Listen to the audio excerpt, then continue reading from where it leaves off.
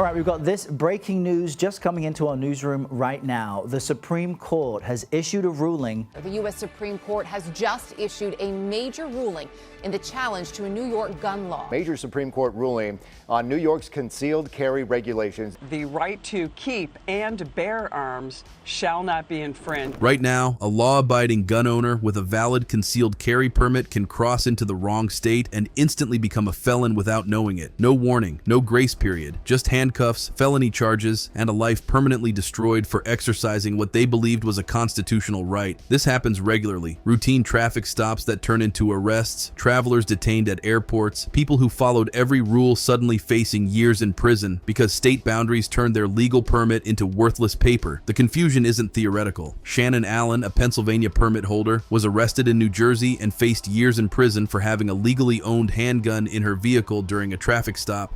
She wasn't committing a crime. She was simply unaware that her permit meant nothing the moment she crossed state lines. Her case became a rallying cry for millions of gun owners living in constant fear that one wrong turn could ruin their lives. Now, a single piece of legislation threatens to either solve this chaos or trigger the biggest constitutional showdown over gun rights in American history. H.R. 38, the Concealed Carry Reciprocity Act, would make one state's concealed carry permit valid in all 50 states, functionally creating a national concealed carry system that operates like driver's licenses. Sounds simple, right? It's anything but. This bill has ignited a political firestorm that cuts straight through the heart of American federalism, Second Amendment interpretation, and the fundamental question of whether constitutional rights should change when you cross state borders. Former President's recent endorsement just threw gasoline on an already raging fire, and what happens next could permanently reshape gun rights, state sovereignty, and federal power in ways that will affect every American for generations. Here's why both sides are preparing for total war over this single bill. The current system is genuinely insane when you examine it objectively. 21 million Americans hold concealed carry permits, having passed background checks, completed training requirements, and paid fees to exercise their Second Amendment rights. But those permits exist in a bewildering patchwork where legality changes mile by mile. Tennessee honors permits from dozens of states. New Jersey recognizes almost none. Some states have constitutional carry requiring no permit at all. Others make getting permits so difficult that only politically connected individuals obtain them. A permit holder from Florida can carry legally in Georgia, but becomes a criminal the instant they cross into South Carolina without checking reciprocity agreements. Except those agreements change constantly. States add or remove reciprocity with other states, sometimes without significant public notice, meaning the map that was accurate last month might be dangerously outdated today. This isn't like traffic laws where speed limits might vary, but the basic rules remain consistent. This is a system where your fundamental constitutional right exists in one jurisdiction and evaporates completely in another, where following the law requires constantly consulting maps, reading fine print, and hoping you understood the legal nuances correctly. And when you get it wrong, even innocently, even while trying to comply, the consequences are catastrophic. Felony charges, years in prison, permanent loss of gun rights, financial ruin from legal fees, all for exercising what supporters argue is a right explicitly protected by the Constitution. For millions of gun owners, this isn't an abstract legal debate. It's daily reality filled with anxiety about whether they're accidentally breaking laws they don't even know exist. H.R. 38 attempts to cut through this chaos with what appears to be elegant simplicity. If you have a valid concealed carry permit from any state, that permit is valid in every state that allows concealed carry. Think of it like driver's licenses. Get licensed in one state, drive legally in all 50. The bill passed the House Judiciary Committee with an 18-9 vote and has over 180 Republican co-sponsors, demonstrating significant political support. Former President's endorsement brought massive national attention and renewed momentum to legislation that had stalled in previous sessions. Representative Richard Hudson of North Carolina introduced the bill, arguing that constitutional rights shouldn't vanish at state borders, that law-abiding citizens who've proven themselves trustworthy in their home states shouldn't become criminals simply by traveling. But the actual text of H.R. 38 is more nuanced than simple slogans suggest. The bill doesn't create permit-free carry everywhere or override every gun-free zone. It respects existing restrictions on federal buildings, schools, and private businesses that prohibit firearms. What it does is establish uniform recognition and creates a legal path for wrongfully arrested permit holders to sue, shifting the burden of proof to the government rather than forcing individuals to prove their innocence. Supporters argue this is common sense reform that reduces confusion, protects legal carriers, and allows law enforcement to focus on actual threats rather than technical violations by people trying to follow Byzantine rules. But if you think blue state governors and gun control organizations are simply going to accept this federal mandate, you fundamentally misunderstand the stakes.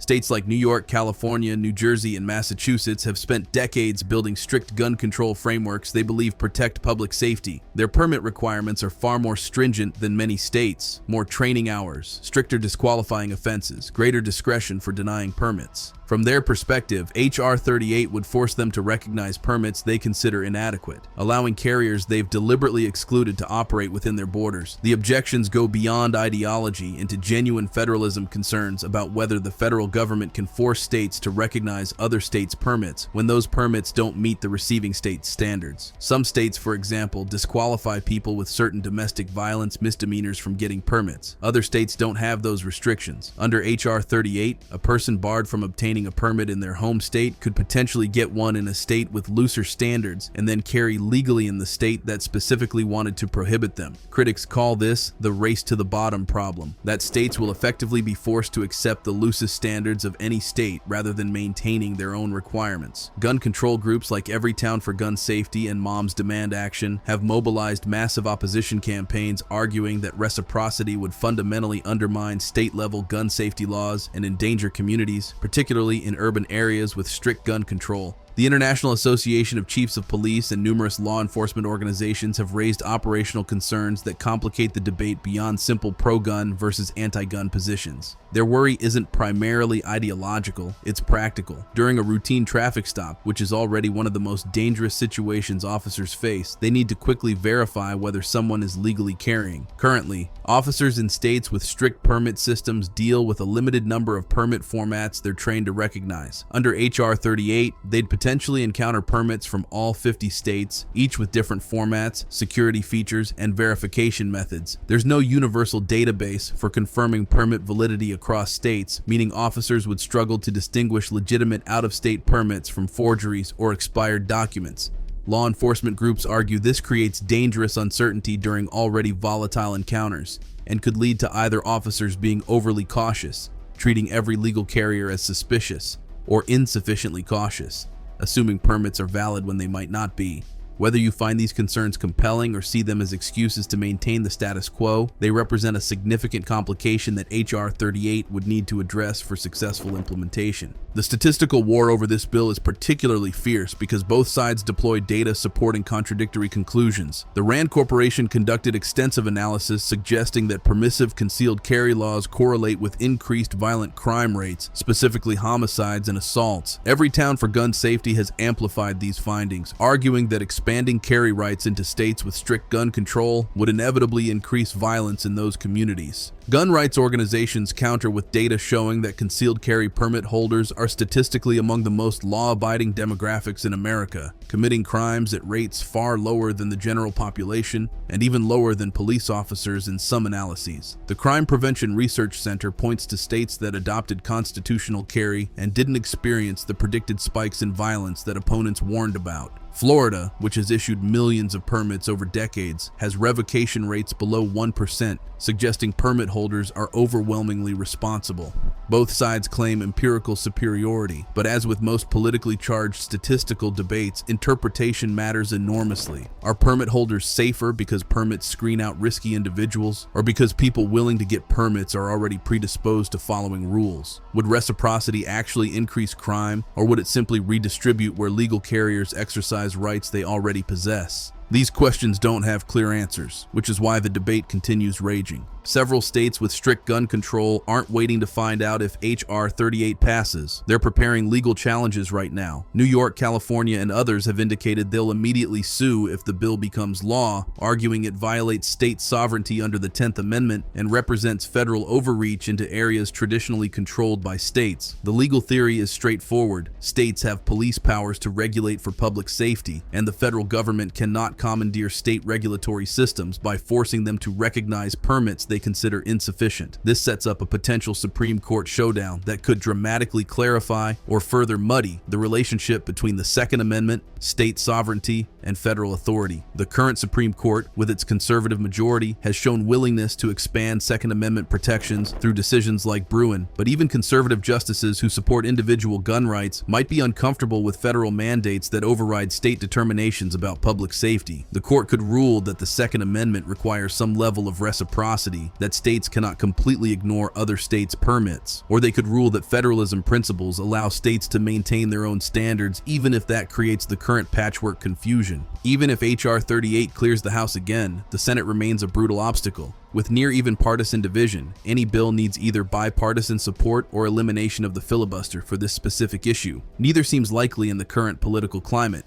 Democrats from blue states face enormous pressure from constituents and gun control organizations to block reciprocity. Republicans from states with strong gun rights traditions face pressure to push it through. The result is likely deadlock unless one party gains commanding majority or unless compromise language gets negotiated that addresses law enforcement concerns while expanding reciprocity in limited ways. Election year politics could push this issue into the mainstream, making it a defining contrast between parties. Gun rights groups are mobilizing millions of members, knowing that momentum matters and that public pressure can move legislation that seemed dead. But even legislative success doesn't guarantee implementation. Expect immediate legal challenges, state resistance, and potentially years of litigation before reciprocity actually functions nationwide. For the 21 million Americans holding concealed carry permits, this debate isn't academic. It's about whether they can travel freely within their own country without fear of inadvertently committing felonies. For states with strict gun control, it's about whether decades of legislation can be overridden by federal mandate. For constitutional scholars, it's about federalism, enumerated rights, and the limits of both state and federal power. H.R. 38 represents more than gun policy. It's a flashpoint exposing fundamental tensions in American governance about whether constitutional rights should be uniform nationwide or whether states retain meaningful sovereignty to regulate differently. The fight has officially begun, and regardless of outcome, it will define gun rights debates for years to come. Your rights shouldn't vanish at borders. The Constitution wasn't written with state boundaries in mind for enumerated protections, but states argue they have legitimate interests in setting their own public safety standards. This tension won't resolve easily or quietly. The permit wars are here, and what happens next will shape American federalism and Second Amendment law for generations.